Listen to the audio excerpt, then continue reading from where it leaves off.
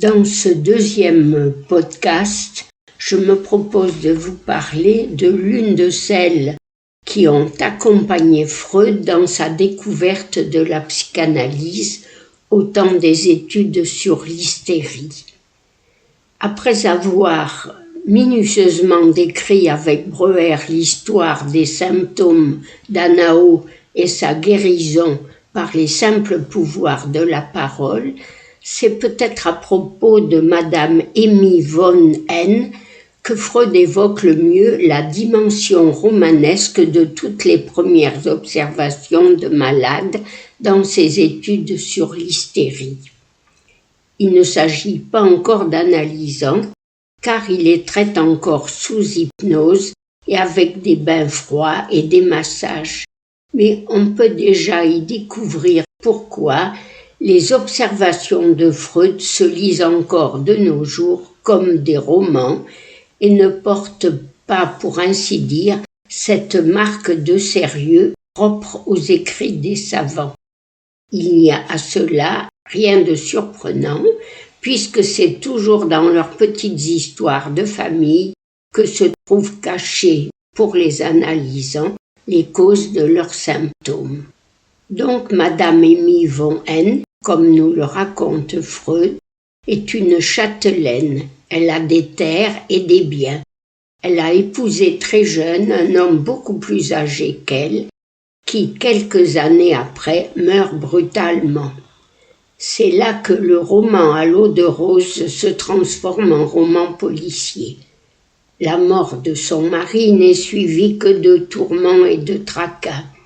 La famille du mari, qui s'était toujours opposée à ce mariage et s'était héritée de leur bonheur, insinuait maintenant qu'il avait été empoisonné par sa femme et voulait exiger une enquête. C'est donc cette jeune veuve de 40 ans qui vient voir Freud. Elle souffre de nombreux symptômes hystériques avec des hallucinations diverses, surtout celles d'animaux dégoûtants, des rats, des serpents et des crapauds gluants. Son histoire inaugure la clinique analytique. Elle marque les premiers pas de l'invention de la psychanalyse. Freud écrit « Le 1er mai 1889, je fus appelé à donner mes soins à une dame d'environ 40 ans, dont la maladie autant que la personnalité m'inspirèrent tant d'intérêt que je lui consacrai une grande partie de mon temps et que je pris à cœur de la guérir. » Freud écrit ainsi avec cette observation d'Emmy une nouvelle version de La Belle et de la Bête, mais pour elle le conte n'a pas de fin heureuse. Ces bêtes répugnantes ne deviendront jamais pour elle des amants satisfaisants. En effet, pour préserver la grande fortune de ses filles, dont elle se trouvait être la dépositaire, elle n'accepta jamais de se remarier, malgré toutes les occasions qui se présentèrent. Elle était pourtant fort séduisante, c'est ce que pensait Freud. Parmi toutes ces histoires cliniques, j'aime aussi beaucoup celle de la jeune fille au parapluie. Elle se trouve dans l'une de ces précieuses petites notes qu'il rajoute sans cesse en marge du texte. Il s'agit d'une charmante et intelligente jeune fille, pour lui elles le sont toutes, qu'il essayait d'hypnotiser en présence de son père médecin.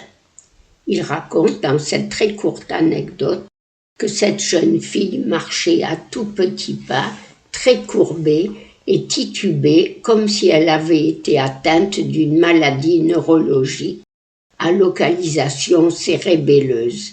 Un médecin consulté avait même pensé qu'il s'agissait d'une sclérose en plaques. Malgré le diagnostic d'hystérie que Freud avait fermement posé, il n'avait pas réussi à utiliser pour elle son précieux talisman, le secret de déchiffrage de ses symptômes. Elle le tenait résolument en échec. Elle arrivait donc à ses séances, toujours aussi chancelante, appuyée d'un côté sur un parapluie, de l'autre donnant le bras à son père. Un peu vexée, parce qu'elle mettait ainsi son savoir tout neuf en défaut, excédée par son absence de succès thérapeutique auprès de cette rebelle, Freud eut soudain un accès de mauvaise humeur, et pendant une de ses séances d'hypnose, il s'écria soudain que votre parapluie se casse. Comme dans le conte des trois souhaits, il avait lui aussi exprimé son vœu avant d'avoir le temps d'y penser, et à son plus grand étonnement, dès le lendemain, le parapluie de la jeune fille se cassa tout net. Bien entendu, elle y avait mis du sien.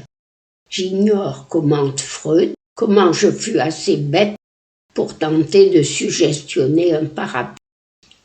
Mais sa gentille patiente se chargea de réaliser son vœu. Au cours d'une promenade, elle se mit à chanter de façon très entraînante et battant la mesure avec son parapluie, elle réussit enfin à le casser en le heurtant très fort contre le sol.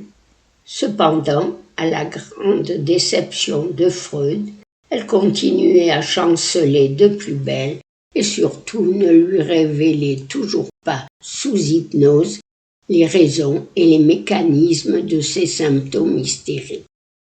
Il n'avait réussi en tout et pour tout qu'à établir un lien entre l'apparition de ces troubles et la mort de celui qu'elle considérait comme son fiancé.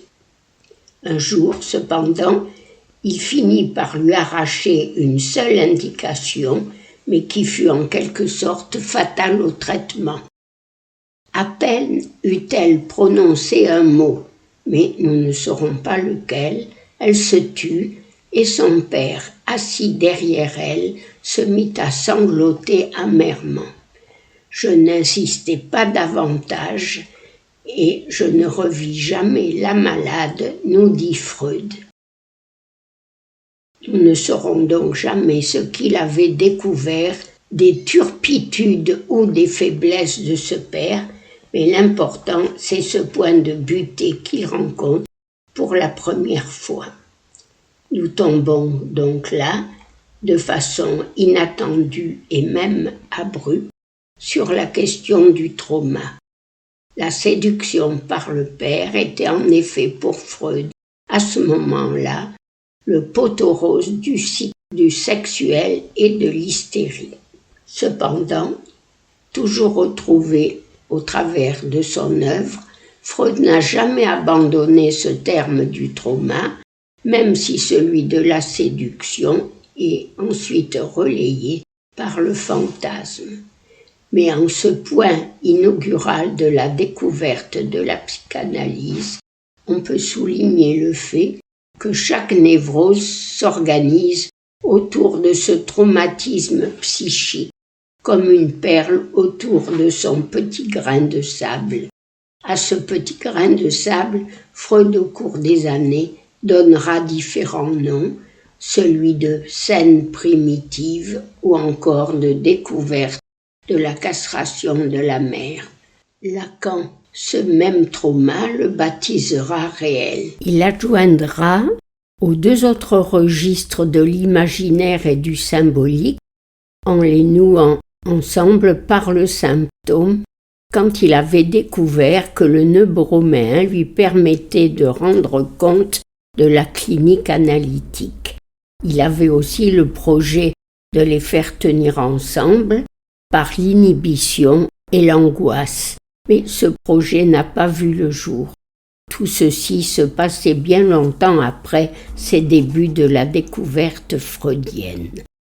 La prochaine fois, je vous parlerai d'une autre de ces héroïnes des études sur l'hystérie.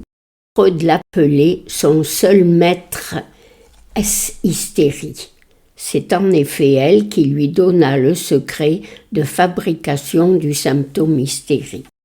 Elle s'appelait Cécilia M.